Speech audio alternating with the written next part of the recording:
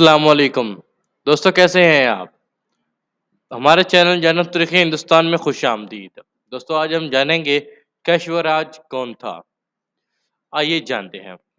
کیشور راج نے عہد حکومت کے آغاز ہی میں اپنے ہر بھائی کو مملکت کے کسی نہ کسی علاقے میں روانہ کیا اور خود ہندوستان بھر کا سفر کیا اور مختلف بادشاہوں اور راجاؤں کو شکست دے کر ان کی بغاوتوں کو کچلا، لیکن سفر سے واپسی کے وقت دکن کے ذمہ داروں نے بغاوت کا جھنڈا بلند کیا۔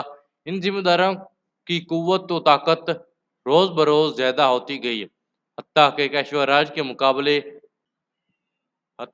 راج کے مقابلے میں ایک بڑا لشکر لے کر آئے اور کیشور راج ان کا مقابلہ نہ کر سکا اور مجبوراً ان سے صلح کی۔ کیشور راج اپنے دربار میں واپس لوٹا اور ایران کی سلطنت سے مدد چاہی۔ ایران کے بادشاہ نے انہیں ایک بہت بڑا لشکر دے کر دکن کی طرف بھیجا اور کیشور راج نے دکن پر دوبارہ فتح حاصل کر لی اور ایک بار پھر دکن کیشور راج کے قبضے میں آ گیا۔ کیشور راج جب تک زندہ رہا اس نے ایران کے بادشاہ سے اچھے تعلقات قائم رکھے۔ کیشور راج نے 220 سال حکومت کی اور اس کے مرنے کے بعد اس کا بیٹا منیر رائے نے حکومت سنبھالی۔ منیر رائے کون تھا؟ آئیے جانتے ہیں۔ منیر رائے نے اپنے باپ کے مرنے کے بعد سلطنت کا نظام سنبھالا۔ وہ ایک علمی آدمی تھا، اسے علم سے بڑی محبت تھی۔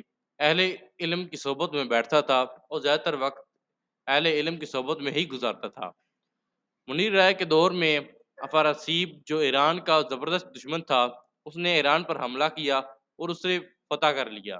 اس نے پنجاب پر بھی حملہ کیا اور اسے بھی اپنی سلطنت کا حصہ بنا لیا، لیکن منیر رائے نے اسے تحفے تحائف دے کر اسے صلح کر لی اور یوں وہ منیر رائے کا ساتھی ہو گیا۔